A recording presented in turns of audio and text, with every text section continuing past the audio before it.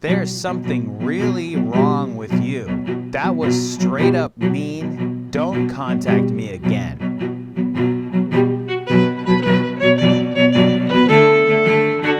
Hello everyone, Tremaine Hayhoe here. We are back with another video. So I made a movie review on the film Craving, which a fellow YouTuber friend of mine made. If you guys watched that review, I didn't personally like the movie. I really like Jason Horton as the filmmaker himself, but I didn't like the movie. Horton has asked me to never contact me again. And I can't even believe I'm saying this. Yesterday, I sent him the link to my review. He was the first person to see the link. I'm like, hey man, bad news, good news. Good news is I watched Craving. Bad news is I didn't necessarily like it. Here's my review though. I hope I at least gave you some constructive criticism. I wish you the best with this film. I think it's gonna be a huge success. I felt kind of bad that I didn't like it. I wanted to like the movie a lot. I wanted to. I like Horton a lot. I've been subscribed to his channel for a few years now. I was one of his first subscribers. Before he hit 1,000 subscribers, I was subscribed to his channel. It is not him as a person that I didn't like. It was his movie. Next thing I know, I was looking at the Craving behind the scenes. I was gonna post my review on there. Like, hey guys, I'm probably the only one that didn't like it. I'm sorry, you can look at it or whatever. And I noticed that the group didn't show up. He removed me from the group. And I made sure I was double checking. I'm like, okay, no, he wouldn't have done that. That's kind of ridiculous. I looked it up and then I saw someone post about it with the group tagged, but then it was unhighlighted. So I knew that I couldn't even click on it or that it wasn't visible to me. So I sent him another message like, hey man, I really hope you don't hate me. I just didn't like your movie, but I wish you the best in this film. And he came back and said this: if you truly believe that review was constructive, there's something really wrong with you. That was straight up mean and petty. Don't contact me again. This is my reaction. What? I was like that meme, this meme right here. I was just like, what? So I'm like, okay, was I super harsh on this movie? Like, I personally at least thought at the time, I thought I was going easy on this guy. I was not overly harsh. It's not like I said, oh man, that movie sucks, he sucks, his whole family sucks. It's nothing like that at all. I just said that I didn't like the movie and I thought it was a bad movie. What do you want me to say? Us filmmakers, we are sensitive creatures. If you're an artist, if you're a musician, if you're a painter, if you're a filmmaker, you put your art on display, which means it opens up the door for other people to say, hey, I love that, or hey, I hate that. This is great, this is terrible. Opinions are formed based on our art. The biggest problem is that you can't expect everyone to like your art. If you think that everyone is going to love your film, if you think that it's going to be all sunshine and rainbows, buddy, you are in the wrong industry. Do not pursue art. Do not make the song if you do not want people to not like it. The only way you cannot make a movie that nobody can criticize is if you never make the movie. Jason, what did you want me to say? I'm sure he wanted me to say this in the review. Craving was great. The actors were fantastic in the movie. It was a perfectly executed plot and storyline. I cared about all of the characters. Guys, it's a great time. I was highly entertained throughout the whole movie. Watch it. No, do you want me to be fake to you? No. The way he responded, now I know that I can't actually express an opinion about his movie, at least not to his face. Certain filmmakers only want to hear the good things. They only want to hear everyone kissing their ass. I'm sorry, Jason, I'm not gonna kiss your ass. I'm not gonna all of a sudden change my mind and think that it's a great movie when, quite frankly, it was not a great movie in my opinion. Again, I said that this is my opinion. Take it with a grain of salt. Yes, I've studied film my entire life. Yes, I've make movies on my own. Yes, I like good movies, and I don't like bad movies, in my humble opinion. It's incredible. I'm proud of you. But that shouldn't affect you. That shouldn't make you say, oh man, never contact me again. Never contact you again. So, okay, so now you want to live in your own bubble where only people tell you that they like your movie. The problem with that, once people get that sense where they have to walk on eggshells around you, guess what? They are not going to tell you what they really think about your movie. They're going to say, hey, good job. Great work. That was really interesting. What are they really saying? Or they'll say, yeah, it was good. I liked it. And then as soon as they go, soon as they leave the theater, soon as they leave your site, they're gonna tell their spouse, their significant other, their best friend, whoever it is, they're gonna say, dude, that movie sucked. I hated that movie. I didn't want to tell him though, because I know it's gonna hurt his feelings. I know he's gonna disown me. For example, if you have a family member that doesn't like your movie, what are you gonna do? Say, never contact me again? Don't ever contact me again. You're dead to me. Dude, you guys, that is completely baffling. Now, I asked a few friends. I go, hey, was I overly harsh with this film review? I asked about 5 friends, okay? 2 of them said that I was overly harsh. All right, so fair enough. 3 of them said he was being a little bitch. He's got his panties in a wad. He's being too sensitive. But then out of the 2 that said that I was harsh, the one actually, after he got the full picture and I said, yeah, he kicked me out of the group and he said, never contact me again. Once I told him that, he's like, oh, dude, what the fuck? Well, fuck that guy then. I mean, look, and I'm not the one to be like, oh, fuck Jason Horton just because he said, don't contact me again. I won't contact you again, buddy, all right? I will not contact you. Don't worry. But I have to get this off my chest. And if you're a filmmaker, and for any other filmmakers that are out there, if you don't want people to not like your movie, don't make the movie in the first place. I would never want to actually discourage any filmmaker from making a movie just because they get too butthurt when someone doesn't like the movie. People are not going to like your movie. People are going to love your movie. People are going to hate your movie. That's how it works. Not every single movie in the world is 100% loved by everybody. There isn't a single one. There's always people that don't like a certain movie. So going back to Jason Horton, if you live in a bubble, Jason, where you can only accept sunshine and rainbows, you can only accept positive reviews about your movie, it's gonna be tough, man, because already there's a lot of people that gave it worse ratings than I did. People that gave it 1 out of 10, okay? I gave it 1.5 out of 5, which is a 3 out of 10. It was below average. I'm sorry, that's what it was. That is my rating. Why would I sugarcoat my rating for you? Just because I like you and I like your content and I think you're a competent filmmaker. Craving's shot really well, it's edited great. Everything in that regard is fantastic. Premise is fantastic. Execution was lackluster. Acting was not good. Character development was non-existent. So there's a critic on Rotten Tomatoes that essentially said everything that I said, but in a little bit more of an eloquent way.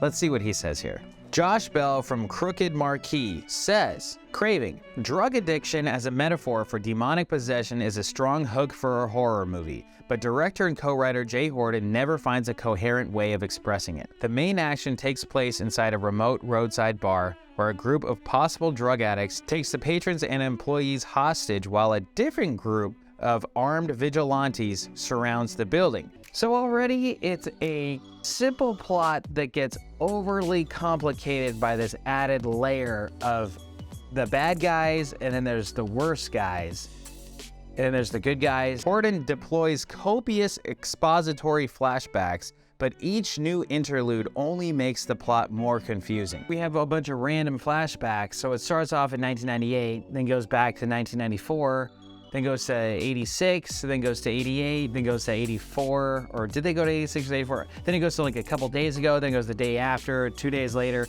It was a convoluted mess. The hostages and captors engage in circular arguments that just mark time until Horton can unleash his low-budget creature effects. Literally nothing happens for like the next 45 minutes to an hour. People are sitting around, not really doing anything. People are talking, but it's useless dialogue. and it's hard to care about their dynamic when an opening flash forward has already revealed that they all end up dead. You see the end at the very beginning, so that's kind of another frustration that I have with this movie, is that you already know what's going to happen because it literally shows you what happened. Well, we already know how everything ends up, so why do we even care how it even started? When the effects arrive, they're too goofy looking to take seriously. The creature effects, which I was looking forward to most, I was completely underwhelmed by. I was underwhelmed by the monster. But Horton doesn't compensate with any campy humor. It's all an overly dramatic thing. He begins with a title card offering a dictionary definition of junkie, and that's about as comprehensible as the movie gets. Grade D+. Craving left me craving a better movie. 1.5 out of 5. Dude, he essentially said what I said. So this goes further than just myself and the beef that Horton has with me. I don't have a beef with him. I didn't like his movie. I think he's a great guy. He has a beef with me. Horton has a beef with Josh Bell. Horton has a beef with you if you don't like his movie. He is going to disassociate himself from you. He's going to put his head in the sand and not look at a negative review. I'm sorry, Horton, that's not how the world works. There's going to be more people that don't like your movie Craving. There's going to be a lot more people that don't like it. But guess what? There's going to be a lot of people that do like it. There's going to be people that love this movie. I'm sure there's going to be people whose this is their favorite movie of all time.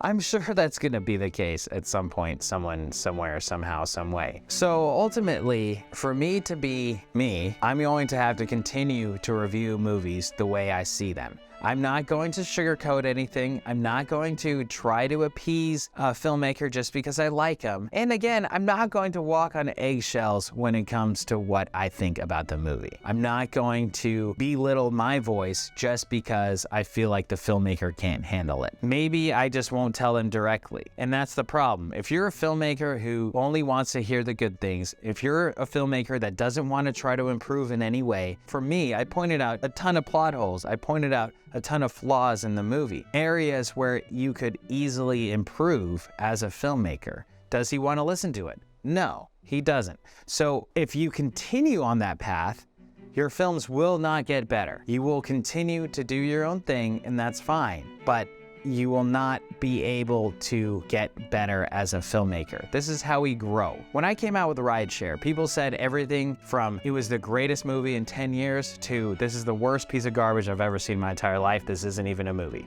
So, complete opposite ends of the spectrum. So you can't listen to the person that says, oh, this is the worst piece of garbage film ever. By the way, I didn't say that about Craving. It isn't the worst piece of crap film ever. And I wouldn't call it a piece of crap. I didn't ever say that was a piece of crap. I thought it was a bad movie. I wouldn't say it's a piece of crap, though. Anyway, and then there's people that are gonna say it's a masterpiece. I'm sure some people will say that Craving is a masterpiece. Do not let that get to your head.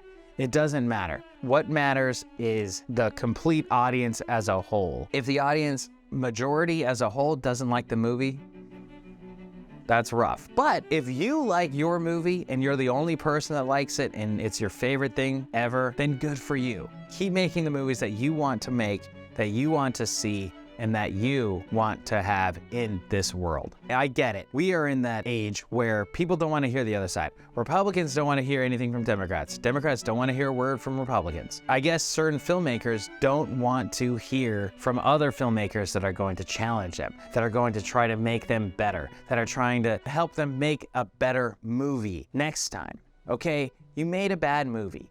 Who cares? You are not that important. Your movie is not that important.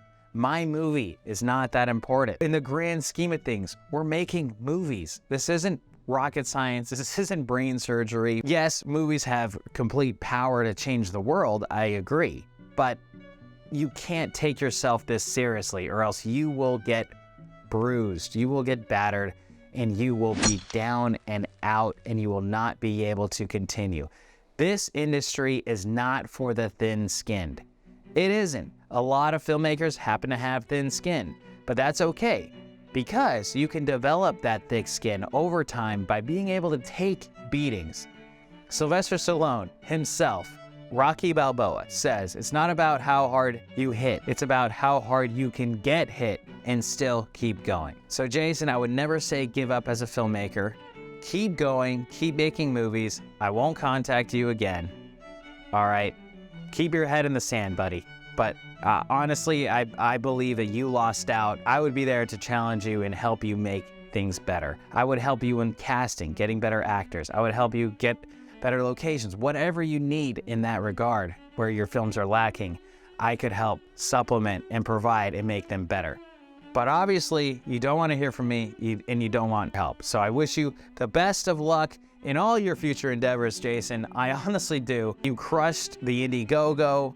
You crush it in the producing aspect and the technical aspects. You've been doing it great. You might want to learn to lighten up just a little bit because not everybody in the world is going to like your movies. I'm glad I got that off my chest. If you guys are a filmmaker, good or bad, right or wrong, don't disown people just because they don't like your movie. That's a sign of weakness. That's a sign of being thin-skinned. If you get discouraged by one person telling you to your face that they didn't like your movie, then don't even start.